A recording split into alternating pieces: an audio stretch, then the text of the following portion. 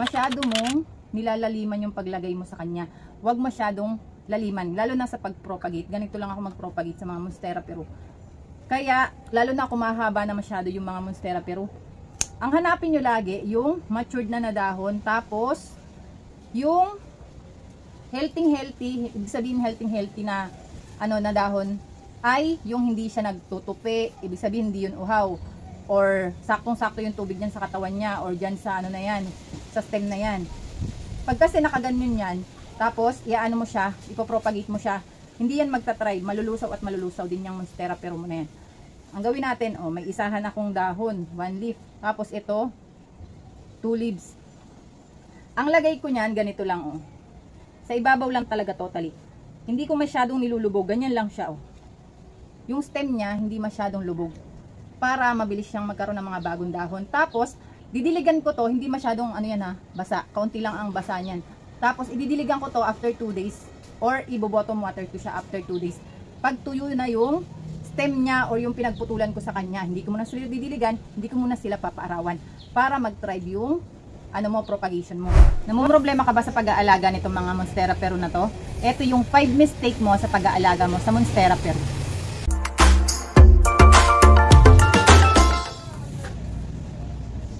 Hello viewers! Ako po si Donna at nagsishare po ako or gumagawa ako ng mga video all about plants. Number 1 na mistake mo sa pag-aalaga ng Monstera Peru ay hindi mo sila nilalagyan ng pole.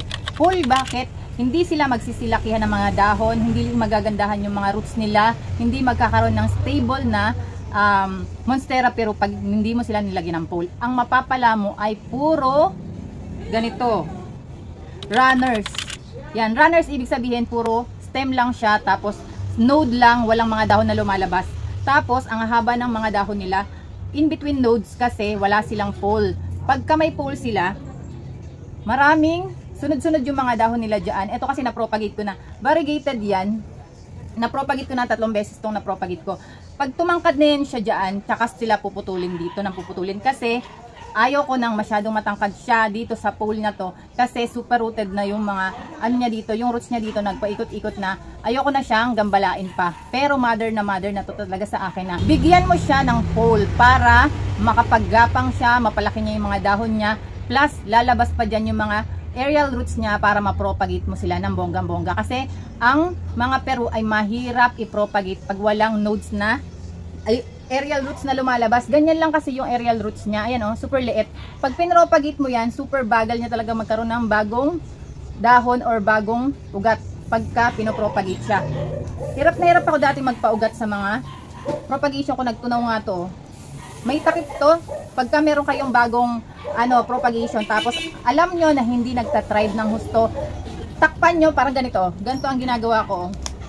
Parang dini-DIY ko siya, incubator. Ni-incubate ko sila para mas lumabas yung roots niya. Yan. Mas lalabas yung roots niyan. Ayun lumabas na yung roots niya talaga total. Literal na lumabas na yung roots. Mas lalabas yung roots niya pagka in-incubate siya. Kung namumroblema ka sa pag-propagate sa mga Monstera Peru, i-incubate mo sila para mas magandang ayan Nakikita mo naman yung Monstera Peru mo na hindi masyadong nagkakaugat or alam mo hindi pa nagtatribe pagka medyo pangit pa yung dahon niya. Medyo nagtutupian pa, ganyan. Yan, pumipikit pa yung mga dahon niya. Pag alam mo hindi pa siya nagkakaroon ng roots, mas maganda i-incubate mo na siya. Huwag niyo naman laging tingnan yung yung ugat kung may ugat na kasi may stress din yung mga propagation natin. Pagka laging ganun, batak ng mga ugat, check ng ugat. Kaya mas maganda ang gamitin nyo yung ganitong pagka-propagation pa lang para kita mo na kagad kung may growth ba yung potting mix, yung ugat ng ng propagation. Tapos mas maganda ang gamitin mo pagka nagpo-propagate ka ng Monstera Peru. Ito, Sphagnamos. Kahit hindi yan kahit hindi variegated, kahit green na lang siya, mas maganda siyang i-propagate pagka Sphagnamos kasi mas mabilis silang magkaroon ng mga bagong dahon, magkaroon ng mga bagong ugat. Pag naka-pull siya, mas mabilis na siyang magkaroon ng mga bagong aerial roots, mas mahabang aerial roots. Tapos mas maganda siyang i-propagate pag mahaba na yung aerial roots kasi mas mabilis siyang magkaroon ng mga new roots at mga bagong dahon. Number 2 na mistake mo sa pag-aalaga ng Monstera Peru ay masyadong mainit yung pinagpupwestuhan mo or super extreme yung lights na binibigay mo sa kanya. Direct sunlight maghapon ang binibigay mo sa kanya. Ang monstera kasi ayaw nila ng masyadong direct talaga yung sun, or nagtatrade man sila, mas maganda doon sa nakapole na sila or dumidikit na sa pader, or stable na yung lupa or stable na siya doon sa lupa na pinaglagyan mo sa kanila or doon sa paso na pinaglagyan mo sa kanila. Pero pagka maghapong sunlight talaga ng bonggang-bongga, may possibility, lalo pa ngayon na nag-iiba na talaga yung panahon, nagsusunog sila. Eto, nakalimutan ko lang to kasi inano ko to, binotom water ko to. Nakalimutan ko siyang ilipat ng paglalagyan or ibalik doon sa pinaglalagyan niya. Mabilis siyang nasunog lalo na pag hindi sanay yung mga monstera pero nyo sa direct sunlight. Kahit morning sunlight yan ang nakuha niyan. Nasunog talaga siya ng bonggang-bongga. Iwasan nyo ilagay yung monstera pero nyo sa direct sun. Mabilis silang masunog. Pag nagdilaw na yung mga dahon niya or nasunog na yung dahon niya, magdidilaw na yan siya hanggang sa maglagas na yung mga dahon niya. Plus pa doon, pag naka-direct sun yan, danas na danas ko yan, yung mga bagong dahon niya, hindi lalabas yan. Nagkakaroon sila ng mga Cinderella syndrome, yun yung tawag sa ibang bansa na. Yung pabukang dahon ay hindi lumalabas, parang nagtutupi-tupi, nasisira or nasusunog yung pabukas na dahon, tapos hindi na magtutuloy. Madalas yan sa mga monstera, monkey mask, ganun din ang monkey mask. Tapos yung Adansonii na Indoor, madalas yan sa mga ganun kasi lahat ng monstera ayaw ng direct sa sun. Ganun ang mangyayari sa kanya kung lagi ring na babasa or laging basa yung potting mix. Ganun din ang mangyayari, Cinderella syndrome din ang mapapala mo doon sa mga monstera mo. Mas maganda ilagay mo sila doon sa mahalumigmig na pwesto, yung hindi direct sun talaga ng bonggang-bongga. Mas nakaka-encourage siya or mas dumadami pa yung mga yung mga suloy niya or mga bagong dahon niya pagka nandun siya sa pwestong mahalumigmig or hindi direct sun yung paglalagyan sa kanya. Mas dumadami yung dahon nila na maganda, na hindi sira-sira, hindi putol-putol. Hindi kasi pag once na nag-Cinderella syndrome na yan, ganito na ang mangyayari sa kanya, parang ayan, napigilan yung paglabas ng dahon niya. Ganun yung sakit na nakukuha pagka direct sun ang pinaglalagyan mo sa kanila. Pwede naman yung mga morning sun na yan, pero hindi maghapong sun, yung masakit na talagang extreme na talagang sun. Ayaw nila ng ganun. Sa sa pag-aalaga ko dito sa akin, sa mga naranasan ko dito sa pag-aalaga ko sa kanila, halos lahat ng monstera ay ayaw ng ganun. Kasama yung monstera pero na to. Medyo maselan sila pag masyadong direct or masyadong extreme yung lights na or sunlight na binibigay sa kanya. Ang bilis niya masunog, ang bilis niyang magkaroon ng mga sira-sirang dahon, ang bilis niyang maglagas ng mga dahon pagka naka-direct sun sila. Lalo na kahit makakuha sila ng 6 hours na direct sun, doon sila mabilis malusaw. Lalo na kung propagation pa lang, tapos medyo kaunti pa lang yung ugat niya, tapos ilalagay niyo na siya sa direct sun, magtutunaw talaga yon, pati yung mga stem niya malulusaw hanggang sa mamatay na yung propagation mo. Kasi danas ko yun sa mga propagation ko. Masipag ako mag-propagate, kaya kung saan-saan ko na lang sila nilalagay kung wala na ako mapaglagyan. Tapos doon ko nakikita na pangit pala yung pinagpwestuhan ko sa kanila. May sunlight pa lang masyadong extreme doon sa pwesto nila. Kaya nililipat ko lang sila or hindi na ako naglalagay ng mga propagation ko doon kahit na may ugat na yon, hindi ko nilalagay doon ang monstera ko. Number 3 na, mistake mo sa pag-aalaga ng monstera pero mo ay hindi mo sila nilalagyan ng pataba or hindi mo sila binibigyan ng fertilizer. Okay naman sa mga halaman natin kahit hindi bigyan ng fertilizer, pero kasi pag gusto mo talagang bumongga ang monstera pero mo, kasi ang monstera pero ay mabagal magkaroon ng mga bagong dahon, slow grower siya, kaya mas maigi sa kanya, mas maganda sa kanya maglagay ka ng fertilizer. Pero kung ayaw mo nang talagang takot ka sa fertilizer na malusaw yung mga halaman mo or yung monstera pero mo, mas maigi ang gamitin mo ay vermicast or ang tawag dito yung mga pataba na natural fertilizer na ikaw yung gumawa or yung binabad na mga dahon-dahon, mas maganda sa kanya yung binabad na malunggay, ganun.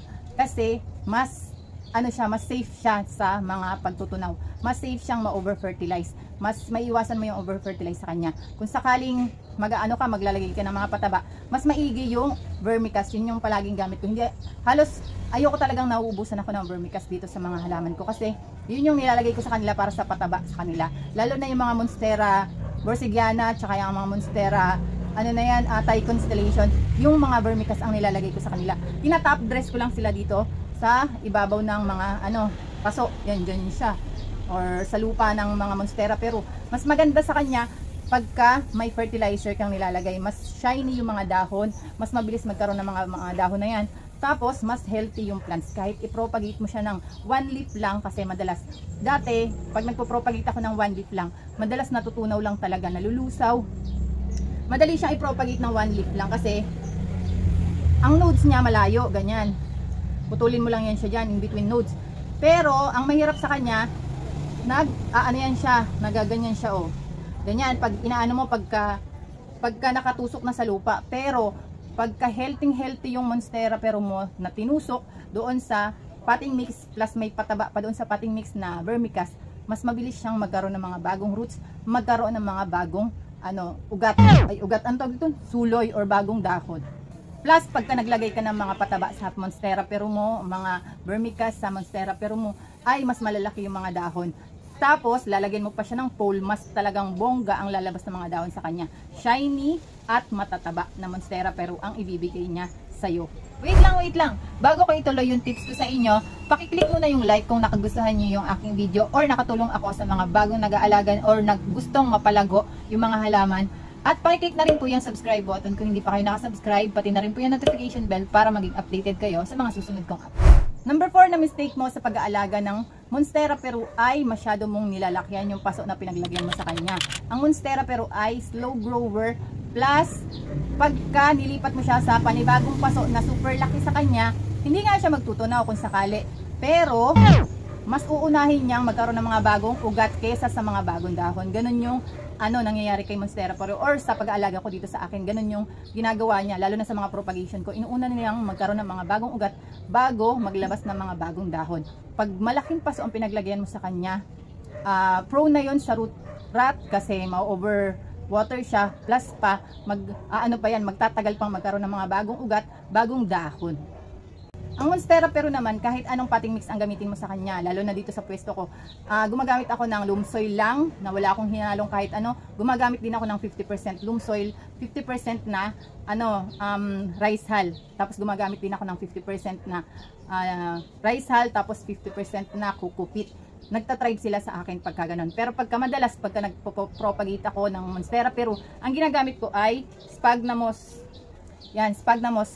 May tubig kasi to kaya iniiwasan ko. Yan, may tubig akong pinaglalagyan sa kanya. Mas mabilis siya magkaroon ng mga bagong ugat. Pag gagawa kayo ng ganito, pagka magpo-propagate kayo, pag may ugat na siya, kita nyo ng may ugat, pwede nyo na siyang ibaba dito.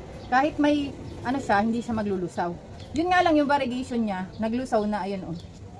Kaya inaantay ko na lang yung dahon niya na lumabas dito, ayun. Yan oh. Mabagal siyang magkaroon ng mga bagong dahon, lalo na pag propagation. Lalo na pagka mga variegated yung plants mo kasi syempre kalahati lang yung gumagawa ng kalahati lang yung gumagawa ng pagkain niya or yung green pigments lang yung gumagawa ng pagkain niya, kaya siya natatagalan gumawa ng bagong dahon niya dyan. Patience ang kailangan niya sa Monstera pero pag nakita mong hindi naman naglulusaw yung Monstera pero mo, hayaan mo lang, antayin mo na magkaroon siya ng mga bagong ugat, hindi yan maglulusaw. Yun nga lang, pag nakita mo yung Monstera pero mo ay walang growth, tapos nakita mong nakatupi pa rin ng ganon, kunyari 2 months na nakatupi pa rin ng ganon, ibig sabihin nun yung nodes niya ay naglulusaw na, mamamatay na yon or hindi na magta-thrive yung propagation mo na ganon. Mas maganda pag magpo-propagate ka, para sure na mabubuhay siya, i-incubate mo or gumawa ka ng incubator sa kanila para hindi ka matagalan or para mas mabilis yung lumabas yung mga bagong ugat niya at yung shoots niya. Number 5 na mistake mo sa pag-aalaga mo sa Monstera pero mo ay masyado mong nilulubog or sa pagpo-propagate mo masyado mong nilulubog. Kahit sa kunyari rooted na sila tapos i-re-repat mo siya. Masyado mong nilulubog yung Monstera pero mo. Masyado mong nilalaliman yung paglagay mo sa kanya. Huwag masyadong laliman, lalo na sa pag-propagate. Ganito lang ako mag-propagate sa mga Monstera pero. Kaya lalo na kung mahaba na masyado yung mga Monstera pero. Ang hanapin nyo lagi, yung matured na dahon, tapos, yung healthy, ibig sabihin healthy na, na dahon, ay yung hindi siya nagtutupi, ibig sabihin hindi yun uhaw, or saktong-sakto yung tubig niyan sa katawan niya, or dyan sa sa stem na yan. Pag kasi nakaganyan yan, tapos, mo siya, ipopropagate mo siya, hindi yan magta-try, malulusaw at malulusaw din yung Monstera pero mo na yan. Ang gawin natin, oh, may isahan akong dahon, 1 leaf. Tapos ito, 2 leaves. Ang lagay ko niyan, ganito lang, oh. Sa ibabaw lang talaga totally. Hindi ko masyadong nilulubog, ganyan lang siya, oh. Yung stem niya, hindi masyadong lubog. Para mabilis siyang magkaroon ng mga bagong dahon. Tapos, didiligan ko to, hindi masyadong, ano yan ha, basa. Kaunti lang ang basa niyan. Tapos, ididiligan ko to after 2 days. Or, ibo-bottom water ko siya after 2 days. Pag tuyo na yung stem niya or yung pinagputulan ko sa kanya, hindi ko muna sila didiligan, hindi ko muna sila papaarawan para mag-thrive yung propagation mo. Huwag mong masyadong ilulubog. Doon naglulusaw yung mga Monstera Peru. Pagka masyadong nilulubog doon sa pinaglalagyan mo sa kanila or yung propagation mo, kahit yung repotting mo, pag nirepat mo siya, yung mga ugat niya mabilis maglusaw pagka laging or pag masyadong nakalubog yung pinaglagyan mo sa kanila or pinagrepatan mo sa kanya. Yan lang, yung nakalubog dyan. Yung stem lang, tsaka yung aerial roots lang talaga mismo. Ayan. Mabubuhay yan siya. Hindi man ganun kabilis, pero mabubuhay siya ng sure na sure. Hindi man ganun kabilis magkaroon ng mga bagong dahon, hindi man ganun kabilis magkaroon ng bagong shoots, or bagong ugat, pero sure na mabubuhay. Kasi dati, takot na takot pa ako nito mag-propagate, pagka ang gamit ko ay loam soil lang. Ang ginagamit ko talaga sa kanya ay yung sphagnum moss. Pero nung natuto na ako na wag ilulubog ng husto doon sa potting mix, doon ako nakapagpabuhay ng mga propagation ko gamit ang loam soil or yung lupa lang. So kung gusto nyo pang matuto or gusto nyo kayo kung magpo-propagate kayo ng mga Monstera Peru, tinuro ko yan kung paano ang diskarte ko pag nagpo-propagate ako ng Monstera Peru. Ayan, click nyo yung video na yan.